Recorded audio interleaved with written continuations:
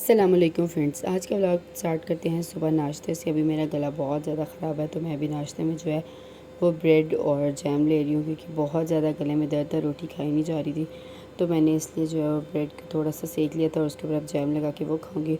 और आयज़ा के लिए जो है वो कॉर्नफ्लेक्स बनाऊँगी। थोड़ा सा दूध गर्म किया था, उसके अंदर कॉर्नफ्लेक्स डाले, अब उसको ये दे दूँगी। तो ना ये बहुत ज़्यादा पसंद है, तो जब भी वो लाहौर आती है ना तो मैं उसको तकरीबन डेली यही दे देती हूँ।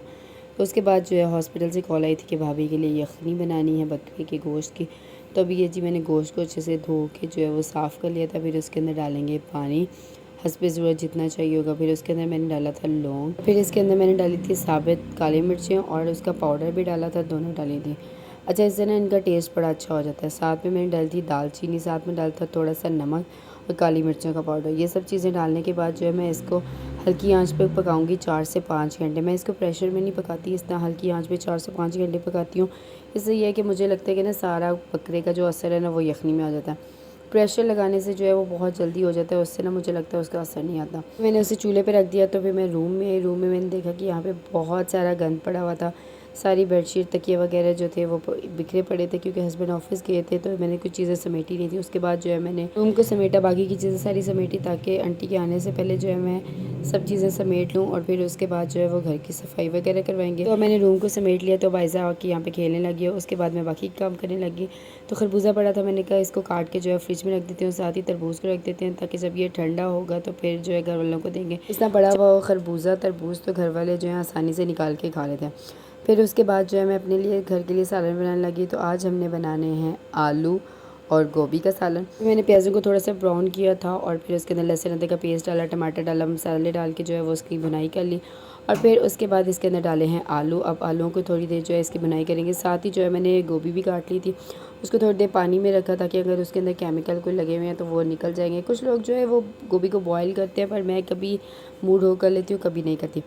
तो अब जो है इसको मैं कवर करके अच्छे से पकाने के लिए रख दी है। जब ये अच्छे से पक जाएगी फिर उसके ऊपर लास्ट में जो है वो धनिया डालेंगे और ये गोभी रेडी है।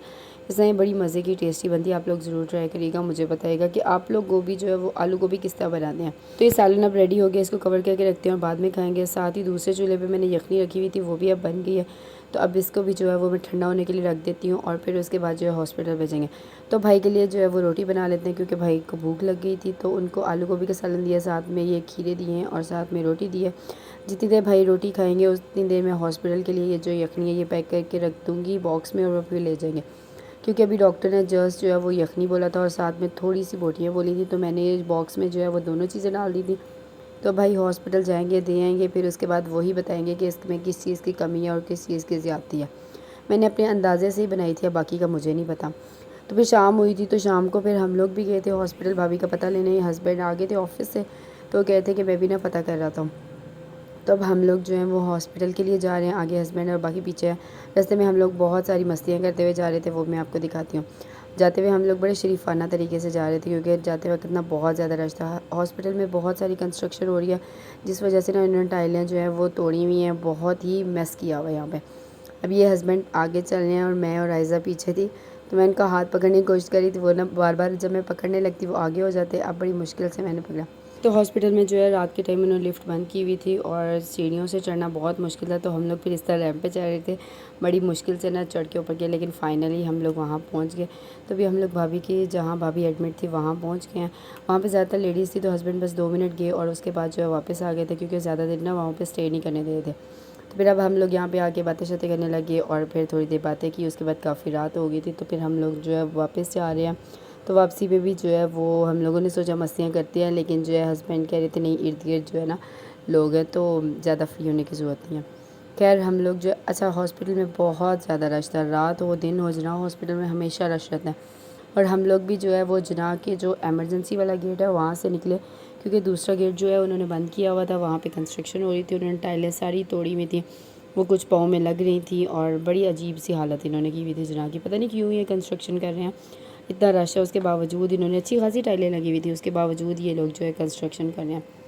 तो अब हम लोग ये जनाज से निकले हैं। अच्छा, जनाज से बंदा जब निकलता है ना एमरजेंसी वाली जगह से, तो बंदा तौबा तौबा करता है कि यार इतने अजीब व गरीब किस्म के पेशेंट वहाँ पड़े होते हैं बेचारे, किसी को कोई बीमारी है, किसी को कोई बीमारी है। उस वक्त ना हर इंसान की ना तौबा निकल ही आती है उन पेशेंट को देख लिया कि अल्लाह मियाँ हमें ऐसी बीमारी से बचाए और ऐसी तकलीफ़ से बचाए। तो अब हम लोग ये जी गेट हम लोग क्रॉस करने लगे हैं इमरजेंसी का और बाहर आए हैं। बाहर जो है मौसम बड़ा अच्छा था, हवा थोड़ी बहुत चल रही थी, ज़्यादा नहीं थी। आजकल ना मौसम अच्छा हुआ है, कल बारिश हुई थी और अभी भी मौसम जो है उसका थोड़ा बहुत असर था। इतनी ज़्यादा गर्मी नहीं थी, आज दोपहर में भी इतनी धूप नहीं थी, थोड़ा बहुत असर था। तो अब फिर जी हम लोग वहाँ चले गए बाइक स्टैंड की तरफ, क्योंकि हस्बैंड ने वहाँ पे बाइक रखी हुई थी।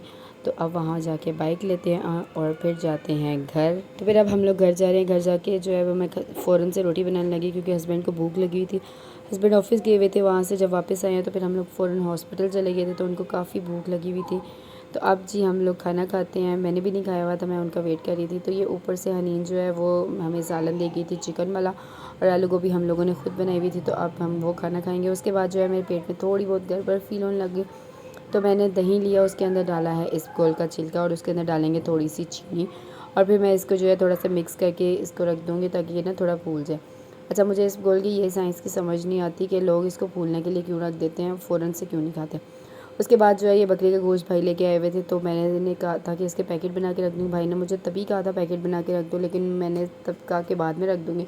तो आज मैंने कुदरती गोश्त जो था वो फुल खोला हुआ था, तो मैंने कहा अब इसके ना छोटे छोटे पैकेट बना के रख देती हूँ, ताकि जब ज़रूरत पड़ेगी ना एक पैकेट निकाल लिया और वो गोश्त बना लिया। वरना इसका फुल जो फ्रीज़ हुआ हुआ उसको निकालना और फिर फ़ौरन से जो है बनाने में बहुत ज़्यादा टाइम लगता है। आज मेरे साथ यही ज़लालत हुई थी, क्योंकि मैंने जो है फ्रीज़ करके इसी तरह रख दिया था और मुझे इमरजेंसी चाहिए था गोश्त, और फिर मुझे काफ़ी देर लगी उसके बाद जाके जो है मैंने बना सकी।